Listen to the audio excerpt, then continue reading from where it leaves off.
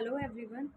So today I am here to share my experience कि मैंने कैसे UPPSC and NORCET first attempt में clear करा। और आई होप कि ये वीडियो आपके लिए भी हेल्पफुल रहेगी। तो सबसे पहले मैंने भी जैसे ही अपना नर्सिंग पास आउट करा था लास्ट ईयर, तो मैंने भी सोचा था कि कोचिंग लूँगी, क्वेश्चंस वगैरह करूँगी। तो पहले टाइम में मुझे भी बहुत मुश्किल लगता था कि मैं फ़र्स्ट अटेम्प्ट में कैसे क्लियर करूँगी। बट सबसे पहले मैं चाहती हूँ कि जो मेरे से गलतियाँ हुई हैं वो आप रिपीट ना करें। तो मैं भी सबसे पहले क्वेश्चंस लेके बैठती थी कि नहीं, डायरेक्ट क्वेश्चन करती हूँ, थोड़ा बहुत कॉन्सेप्ट पढ़े, उसके बाद डायरेक्ट क्वेश्चन पे आती थी कि क्वेश्चन अटेम्प्ट करूँगी, क्वेश्चन से आइडिया हो जाएगा कि क्या पढ़ना है। लेकिन ये सबसे बड़ी गलती होती है। तो सबसे पहले हमें क्वेश्चन अटेम्प्ट नहीं करने, सबसे पहले कॉन्सेप्ट क्लियर करने हैं। क्योंकि जैसे तो हमें हमें पता है कि हम बीएससी नर्सिंग वगैरह में या आप जीएनएम या कोई भी नर्सिंग वाला कोर्स कर रहे हो, तो उसमें हम एग्ज़ाम से जस्ट 1 या 2 दिन पहले ही पढ़ के एग्ज़ाम क्लियर करते हैं। ठीक है, लेकिन ये ऐसे सेम नॉर्सेट में नहीं कर सकते, या कोई भी आप कॉम्पिटिटिव एग्ज़ाम दे रहे हो। तो उसमें सबसे पहले आपके कॉन्सेप्ट क्लियर होने चाहिए। कॉन्सेप्ट क्लियर के लिए या तो आप कहीं से कोचिंग ले सकते हैं।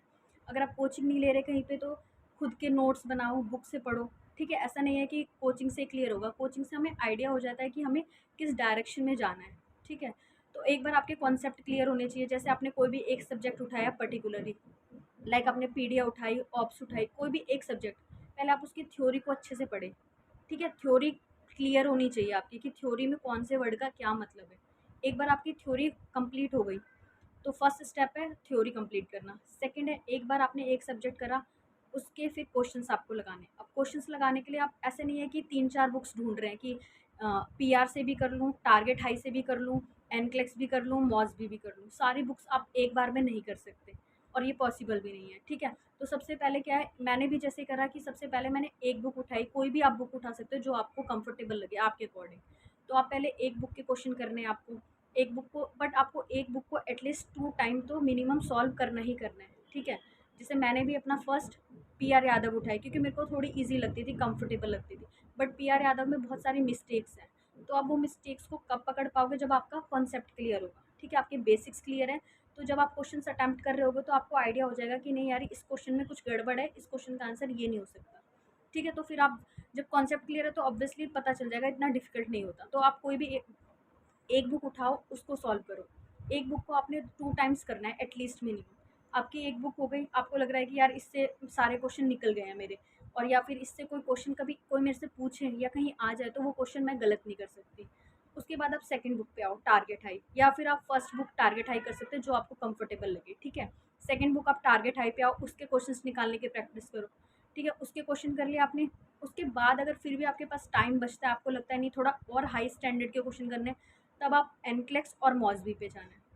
अगर आपके पास टाइम नहीं है, टाइम लिमिटेड है, जैसे अभी नॉर्सेट आने वाला है, तो आप उसके लिए क्या कर सकते हो, एनक्लेक्स में अगर आपको एनक्लेक्स करनी है तो आप सिर्फ मेड सर्च का पार्ट सॉल्व कर सकते हो। अगर आपके पास टाइम नहीं है, आप बाकी सब्जेक्ट नहीं पे जा सकते, तो सिर्फ मेड सर्च को एनक्लेक्स से सॉल्व कर लेना, क्योंकि उससे आपको बहुत हेल्प मिलेगी प्रायोरिटी वाइज क्वेश्चन में। ठीक है, कि प्रायोरिटी वाइज क्वेश्चन में हमें फर्स्ट प्रायोरिटी किसको देनी है, सेकंड किसको देनी है, उसके लिए एनक्लेक्स इज बेस्ट। ठीक है, और नॉर्सेट का जो पैटर्न है वो हर साल चेंज होता रहता है। कभी कुछ क्वेश्चन दे देते हैं, कभी कुछ, तो कोई उनका पर्टिकुलर नहीं होता कि इस बार प्रायोरिटी वाइज देंगे, इस बार कैसे देंगे। ठीक है, तो आपको अपनी तरफ से 110% क्लियर होना चाहिए कि प्रायोरिटी वाइज आए वो भी नहीं छोड़ने, नॉर्मल बेसिक क्वेश्चन आ जाए वो भी नहीं छोड़ने, कहीं और से पूछ ले वो भी नहीं छोड़ना। ठीक है, तो सबसे पहले मैंने आपको बताया कॉन्सेप्ट क्लियर होने चाहिए। सेकंड मैंने आपको बताया कि आपको क्वेश्चंस निकालने हैं। क्वेश्चन के लिए पहले एक बुक पकड़नी है, एक बुक को अच्छे से सॉल्व करना है, उसके बाद आप सेकंड बुक पे जाइए। ठीक है, थर्ड में आपको एक बार आपने कॉन्सेप्ट क्लियर कर लिए, क्वेश्चंस कर लिए, और मैंने बताया कि एनक्लेक्स, सब बोलते हैं एनक्लेक्स सॉल्व करनी ज़रूरी है, ज़रूरी है, ज़रूरी है। लेकिन अगर आपके पास टाइम नहीं है तो आप सिर्फ मेड सर्च का पोर्शन भी सॉल्व करोगे तो वो इनफ है, कि आप प्रायोरिटी वाइज क्वेश्चन में आपको आइडिया हो जाएगा पेपर में कि कौन से प्रायोरिटी वाइज क्वेश्चन में कौन सा आंसर हो सकता है करेक्ट। ठीक है, 110% तो पेपर में बैठ के किसी को भी नहीं पता होता। उसके बाद एक बार ये सब आ गया और जस्ट पेपर अब जैसे पास आने वाला है, तो आपको ये है कि अपना 1 मंथ बचाना है। पेपर से जस्ट पहले आपके पास 1 मंथ या फिर एटलीस्ट 20 डेज़ होने चाहिए कि आपका रिवीजन कंप्लीट होना चाहिए, क्वेश्चंस आपने अटेम्प्ट करे होने चाहिए। उसके बाद आपके पास जो लास्ट 1 मंथ है या 20 डेज़ है, उसमें सिर्फ आपको 2 चीज़ें करनी है। एक तो फर्स्ट आपको रिवीजन करना ही है, जो आपको लगता है कि ये पॉइंट मेरा वीक है, या यहाँ के क्वेश्चन में बार-बार कन्फ्यूज़ हो रही हूँ, या मैं भूल जाती हूँ, मुझे याद नहीं रहता, उसको आपको एक मॉर्निंग में उठते रिवीजन करनी है। 2 घंटे देने हैं, 2 घंटे में आपको रिवाइज़ करना है, जो आपका वीक पॉइंट है बस। उसके बाद आपको एक टेस्ट सीरीज़ ज़रूर जॉइन करनी है। लास्ट के 1 मंथ 2 मंथ अगर आपको लगता है सिलेबस जल्दी हो गया तो आप जल्दी भी टेस्ट सीरीज़ जॉइन कर सकते हैं। टेस्ट सीरीज़ से बहुत ज़्यादा बेनिफिट होता है, मुझे भी बहुत ज़्यादा बेनिफिट टेस्ट सीरीज़ से हुए।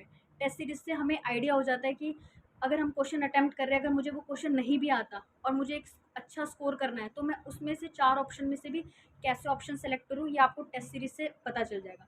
तो आपको एक टेस्ट सीरीज़ ज़रूर जॉइन करनी है, लास्ट 1 मंथ आपका जब रहता है।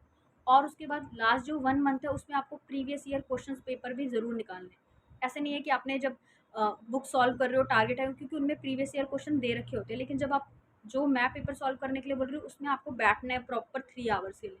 3 आवर्स का टाइम लगा के, अलार्म लगा के, टाइम लगा के, प्रॉपर स्टॉप वॉच से 3 आवर्स के अंदर आपको एक पेपर सॉल्व करना है।